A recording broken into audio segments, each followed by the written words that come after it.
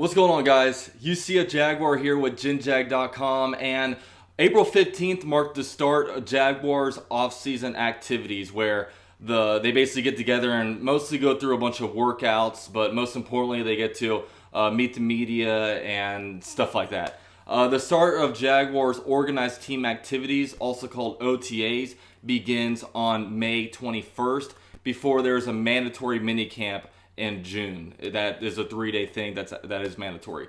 So with the start of OTAs and off-season activities, there's really not many storylines that come with it. The only really thing that comes out of it, just because they're not doing any kind of field work or anything, is just who reports and who doesn't report. And it's a story every year. There's always debate on whether you should show up or not show up with just the importance of OTAs. And this year, Telvin Smith and Jalen Ramsey did not report. So whatever, they didn't report. Now, Tom Coughlin actually went out and made a statement. He made a pretty strong statement too. Now, he made a statement that pretty much every coach and general manager are thinking, but Tom Coughlin, not being the most probably politically correct person, kind of living in older times, went out and said a very, very harsh statement.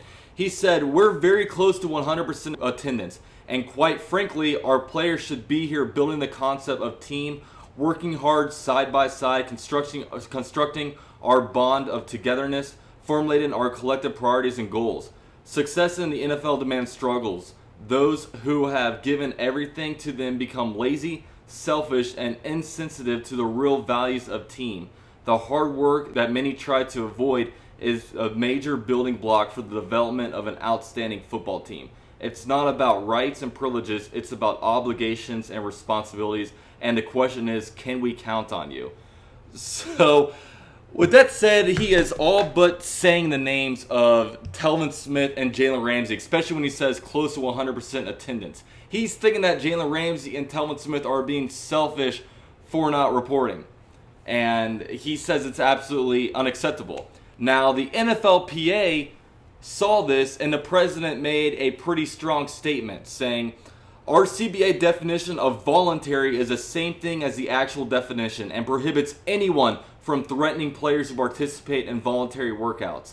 This is precisely the reason players negotiated strict work rules and bright lines when it comes to off-season activities. We know from experience that not all coaches and executives will adhere to them, and we will always pursue any violations to protect our rules."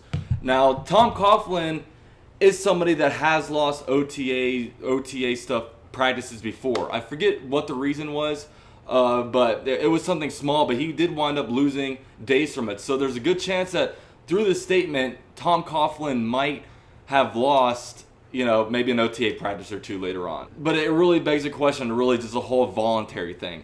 Now, after all that, Jalen Ramsey's agent, David Mulugeta, or however you say his name, went out and tweeted, "To be clear, Jalen Ramsey is exactly where Jalen should be during his off-season. He's spending time with his young daughters and family while training in his hometown of Nashville. In addition, the Jags are fully aware of why he has not taken part in voluntary off-season program."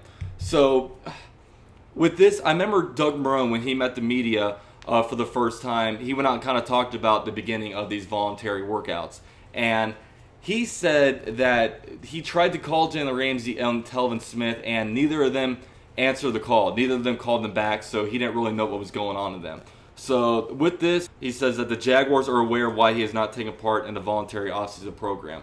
Now, Jalen Ramsey is someone that really never shows up for the voluntary stuff in the offseason. And he's a guy that he shows up during the mandatory part, but just not the voluntary part. And lastly, I will read this before I get too much into my analysis of the whole thing.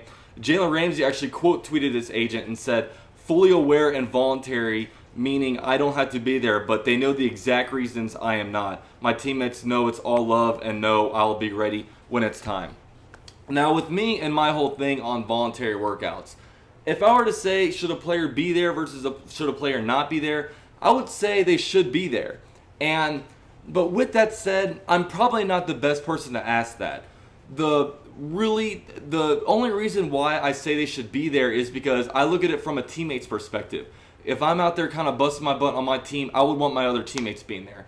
I'm somebody that's played sports growing up, through high school and college. And every once in a while, the players would get together and, schedule a Saturday voluntary practice where you guys just go out there, throw the ball around and whatnot. And, usually everybody was kind of obligated to go there. And like the couple people that were left behind, it was kind of like, come on, guys, you should be there.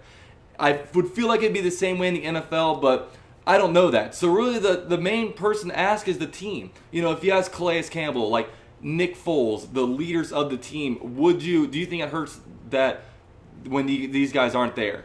They're not going to say out in public what their feelings are or anything like that, but I would like to know their true feelings about it, because that's where I lie.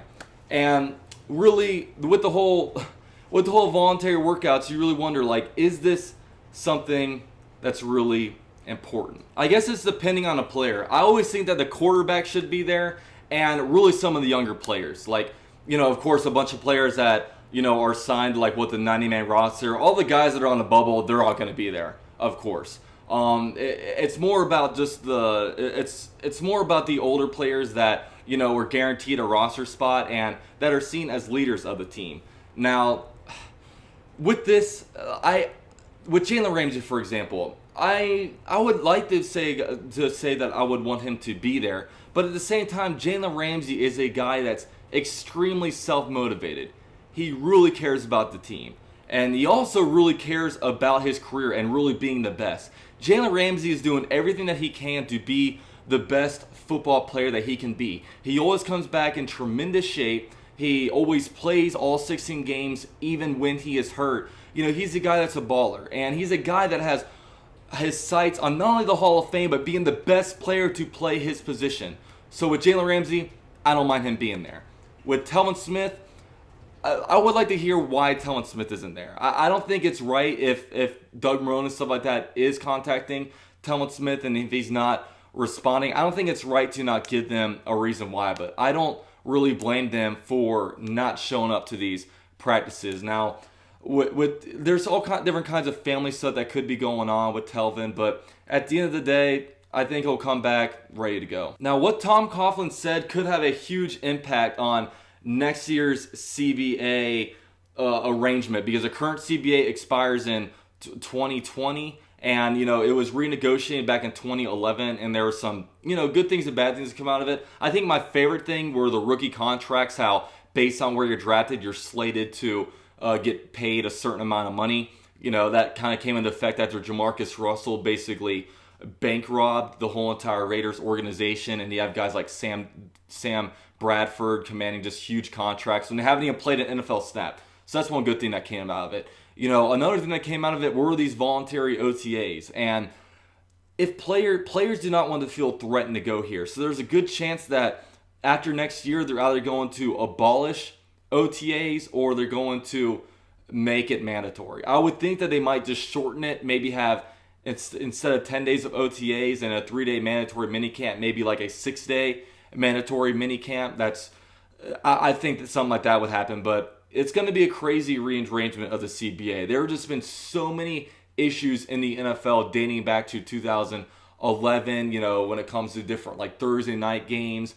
Obviously, the whole kneeling of the anthem stuff and just player safety, concussions, all different kinds of stuff is going on. The players now want fully guaranteed contracts, so that could be something that comes up, and it's going to be crazy. And hopefully it doesn't lead to any kind of strike, because in 2011 they did cease football operations for a little bit.